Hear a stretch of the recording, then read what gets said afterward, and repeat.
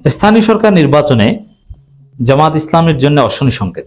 আপনারা জানেন যে অক্টোবর থেকে স্থানীয় সরকার নির্বাচন শুরু হবে, এটা সরকারের নানান উইং থেকে স্পষ্ট করা হয়েছে। কিন্তু আমি আশঙ্কা দেখছি, আপনারা লিখে রাখেন, বিশেষ করে জামাত শিবির ভাইরা, আপনারা একটু নড়ে চড়ে বসুন। আপনাদের জন্য একটা জরুরি সতর্কবার্তা। জামাতকে পরাজিত করতে সব আয়োজন অলরেডি সম্পন্ন হয়েছে। এজন্য স্থানীয় সরকার নির্বাচনে জামাত ভালো করতে পারবে না। জনগণ ভোট দিবে কিন্তু জিততে দিবে না, টাকিয়ে টুকিয়ে কেটে কুটে নিয়ে যাবে। হয়তোবা জামাত সেন্ট্রালি দর কষাকষি করে যদি কয়েক জায়গায় সুষ্ঠু নির্বাচনের ব্যবস্থা করতে পারে, আমি ধারণা করছি যে 2টা সিটি কর্পোরেশন নির্বাচনে জামাত হয়তোবা আলাপ আলোচনা করে যেভাবে হোক নিয়ে নেবে, সুষ্ঠু নির্বাচন আদায় করে নেবে এবং তারা জিতবে। এমনি এমনি জিতিয়ে দিবে জামাতকে, এটা বিএনপি সরকার করবে না। এটা বিরোধী দলকে কোনোদিন এমনি এমনি জিতিয়ে দেয় না। এটা সরকারি দলের 2 গ্রুপের মধ্যে হতে পারে যে ঠিক আছে এই গ্রুপকে আমি জিতিয়ে দিলাম, কিন্তু জামাতের ক্ষেত্রে যেটা হতে পারে, জাস্ট জামাতকে সুষ্ঠু নির্বাচনে একটা সুযোগ দেবে যে সুষ্ঠু নির্বাচনে জিতলে তোমরা জিতো, আমরা ঠেকাবো না, এর চাইতে বেশি কিছু না। কিন্তু ওভারঅল দেশব্যাপী জামাতের হাজার হাজার নেতাকর্মী উপজেলা নির্বাচন হয় কিনা সেটাই সন্দেহ। পৌরসভা নির্বাচন হবে, সিটি কর্পোরেশন হবে, সেখানে সিটি কর্পোরেশন কাউন্সিলর থাকবে। ইউনিয়ন পরিষদের নির্বাচনে জামাতের আগ্রহ সবচেয়ে বেশি এবং ভালো প্রস্তুতি আছে, কিন্তু আপনাদেরকে জিততে দিবে না। হ্যাঁ, কিছু কিছু জায়গায় তো জিততে পারবেন, শত চেষ্টা করেও কিছু কিছু জায়গায় বিএনপি চাইলেও পারবে না, আওয়ামী লীগই পারেনি। বাট ওভারঅল সুষ্ঠু নির্বাচন হবে না, আপনাদেরকে ঠেকানো হবে। তো দর্শক, নির্বাচনের আগেই জামাতকে পরাজিত করার একটা ষড়যন্ত্র, এই কথা আমি আগেই বলেছি, আবার একটু বলছি। যেমন আলোচনা চলছে বিএনপির অভ্যন্তরে, ষড়যন্ত্র এটা যে এমপিওভুক্ত শিক্ষকরা নির্বাচন করতে পারবে না। যদি করতে হয় তাহলে চাকরি ছাড়তে হবে আগে। তো এমপিওভুক্ত শিক্ষকরা যদি নির্বাচন না করতে পারেন, চাকরি ছাড়েন, তাহলে জামাতের প্রার্থী 95% আউট, যোগ্য প্রার্থী। জামাতের যারা চেয়ারম্যান হবেন এদের মধ্যে 95% হবেন এমপিওভুক্ত শিক্ষক, 2-1 হতে পারেন লয়ার বা ব্যবসায়ী ইত্যাদি ইত্যাদি। জামাতের নেতৃত্ব, জামাতের অ্যাপারেটাস বেসিক্যালি এমপিওভুক্ত শিক্ষক ডিপেন্ডেন্ট। তারা নির্বাচন করতে পারবে না, এই আলোচনায় শিক্ষামন্ত্রী নিজে প্রকাশ্যে বলেছেন। এটা জামাতকে নির্বাচন আগেই পরাজিত করার একটা কৌশল। আর তার চাইতে বড় বিষয় হচ্ছে যে বিএনপি সরাসরি সহিংসতা করবে। তারা নির্বাচনে চুরি করবে, ভোট কেটে নেবে, তারা ভোট সুষ্ঠু হতে দেবে না। সুষ্ঠু ভোট বিএনপি ক্ষমতায় আপনি বিশ্বাস করেন, তাহলে আপনি রাজনীতি বোঝেন না। যদি হয় সেটা মিরাক্কেল হবে বা সেটা জামাতকে আদায় করতে হবে। এমনকি এটা বিএনপির জন্য ফাঁদ আছে, কারণ বিএনপি ভয়াবহভাবে কারচুপি করবে স্থানীয় সরকার নির্বাচনে, এবং সেই কারচুপিকে কেন্দ্র করে যদি জামাত জোরালো আন্দোলন জমাতে পারে, ওটাকে কেন্দ্র করে বিএনপি সরকারের পতনও হতে পারে। আমি কিন্তু বলছি না যে পতন হবে, হতে পারে। মানে কিছু কিছু কাজ আছে যে কাজ করলে সরকার পতনের একটা সম্ভাবনা থাকে, তার মধ্যে এটা একটা সেরকম কাজ, যাতে সরকার পতনের একটা সম্ভাবনা থাকে। স্থানীয় সরকার নির্বাচন এতটা ভয়াবহ কারচুপি বিএনপি করবে এবং জনগণ এটা বিশ্বাস করে, আমি মনে করি। আমি এখন দেখাবো প্রমাণ যে কেন আমরা এই আশঙ্কার কথা বলছি। একজন নির্বাচন কমিশনার, যিনি বিএনপি কমিশনার, তিনি বলছেন জাতীয় নির্বাচনের অভিজ্ঞতা কাজে লাগিয়ে স্থানীয় নির্বাচন করবে ইসি। জাতীয় নির্বাচনের অভিজ্ঞতা কি? জনগণ ভোট দিয়েছে সুষ্ঠুভাবে, আর ফলাফল সব পাল্টে দিয়েছে। সব না, একটা বিরাট অংশ। যে ফলাফল কারচুপি করা, রেজাল্ট টেম্পারিং করা, এটা হচ্ছে জাতীয় নির্বাচনের অভিজ্ঞতা।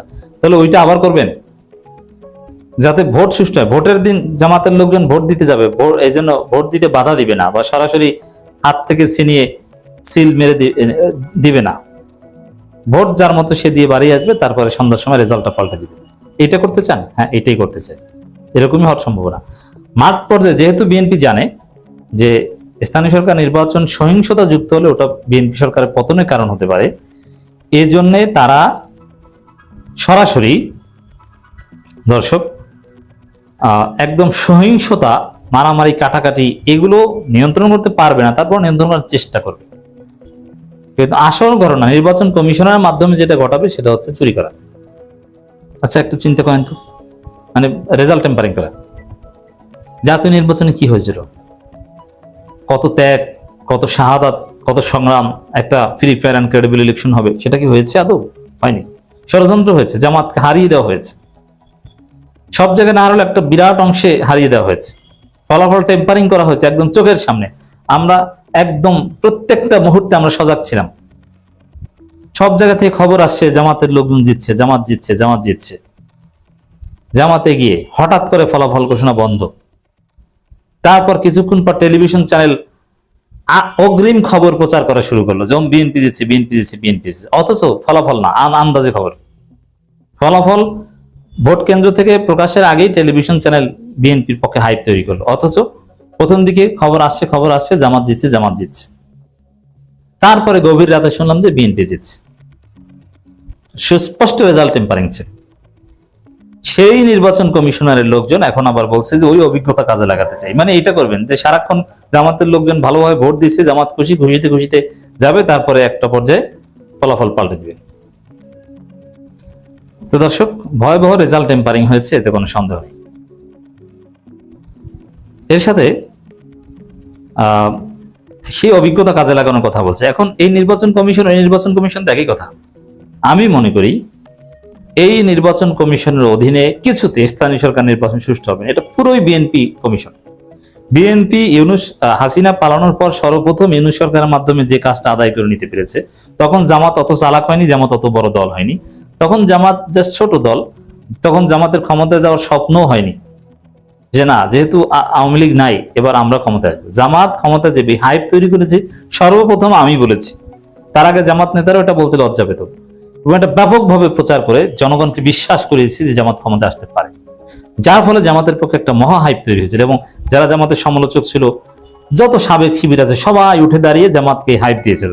জামাত এককভাবে সাংগঠনিক শক্তি দিয়ে ওই হাইপ পেত না, যেটা 12 ফেব্রুয়ারি নির্বাচন আগে পেয়েছিল। এমনকি সাবেক শিবির যারা এবি পার্টি, তারাও তো জামাত জোটে এসেছিল।